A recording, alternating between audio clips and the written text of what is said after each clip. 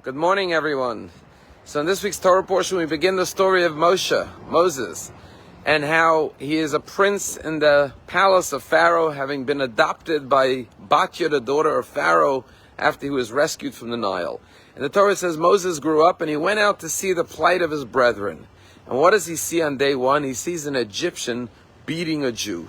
And the Torah says Moses looked this way and that way. He saw that there was no man, there was no one watching. He struck the Egyptian, killed him, and buried him in the ground.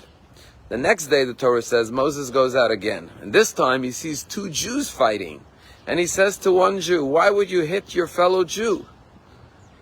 And the Jew says to him, "What are you going to do? Who made you in charge? Since when are you a judge or an officer amongst us? Are you going to kill me the way you killed the Egyptian yesterday?" And Moses says, "Uh-oh, it's known what I did." And as a result of that, Moses has to flee from Egypt, where he goes to Midian, finds his wife, and settles in Midian. But the question is, if it says that before he struck the Egyptian on day one, he looked in both directions and didn't see anyone, and then he struck the Egyptian, how is it that he was observed? That the next day the Jew said, "Are you going to kill me the way you killed the Egyptian?" And a beautiful answer is that it says in Ethics of Our Fathers, Pirkei Avot, in a place that there's no man, b'makom she'ein ish, hishtadel liot ish. You should try to be the man. In other words, what Pirkei Avot is saying is that sometimes people say, well, no one else cares, why should I care? But Pirkei Avot says just the opposite. Precisely because no one else cares, because there is no other man, there's no one else doing anything, standing up, that's precisely why you need to take a stand.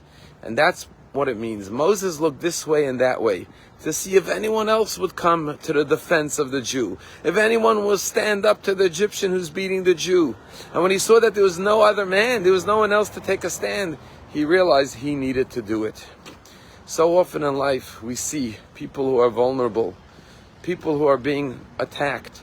The question is, do we take a stand?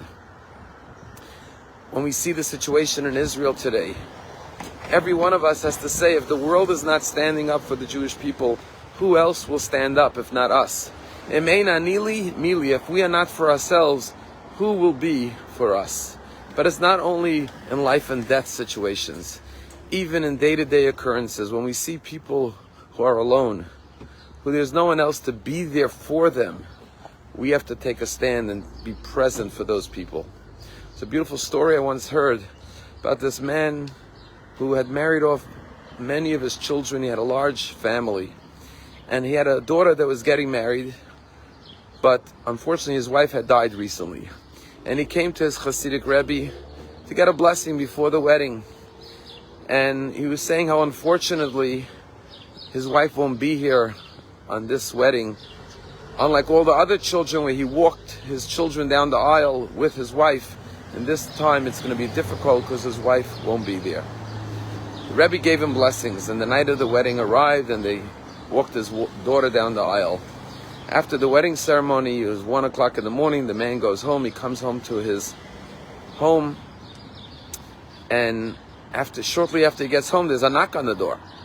He goes to the door, he opens it up, and who's at the door? His Rebbe.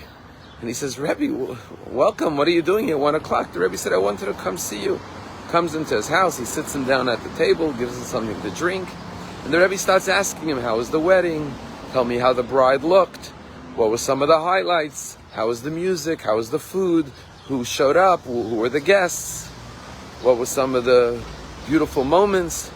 And then after a long conversation, at 1 o'clock in the morning, the Rebbe gets up to leave, and the chassid, the man, says to his Rebbe, "Rebbe, why did you come at 1 o'clock to ask me these questions? You could have asked me tomorrow or the day after." And the Rebbe said, "I know that you've been blessed to marry off many of your children. And what does a husband and wife do when they get home from a wedding of a child? They sit down around the table 1 in the morning, and it's the first time they could talk. During the wedding, they were busy with all the guests. And they go over the wedding, and they reminisce, and they think about how beautiful the bride looked, and how wonderful the music was, and the food, and the guests. And they go over all the exciting moments of the wedding." He said, "I knew for the first time you would be coming home to an empty house. You wouldn't have your wife there to talk about the wedding.